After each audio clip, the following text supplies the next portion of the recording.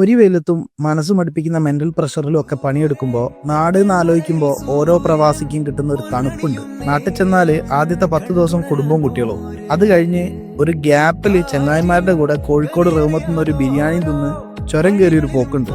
കാടും മലയും ഇതുവരെ അറിയാത്ത കാണാത്ത ഒരുപാട് സ്ഥലങ്ങളും സ്പോട്ടുകളും ഉണ്ട് വയനാട്.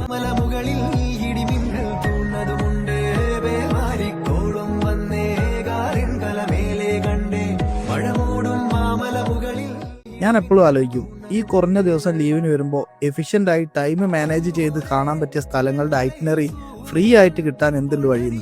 ആരും കാണാത്ത സ്ഥലങ്ങൾ ഇപ്പോഴും ഉണ്ട് വയനാട്ടിൽ. ചേകാടി പോലെയുള്ള ഉൾഗ്രാമങ്ങൾ, വെള്ളത്തിൽ കളിക്കാൻ പറ്റിയ സേഫ് ആയിട്ടുള്ള അരുവികൾ,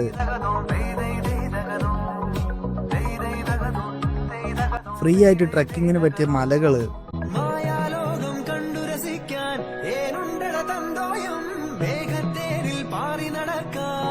ഇനിയും കാണാത്ത വയനാട് എന്നൊക്കെ വേണമെങ്കിൽ ഭംഗിയിൽ പറയാം. ഇനി പേടിക്കണ്ട, ഫ്രീ ആയിട്ട് ഐറ്റിനറി കിട്ടാനുള്ള സ്ഥലവും ഇവിടെ ഉണ്ടല്ലോ.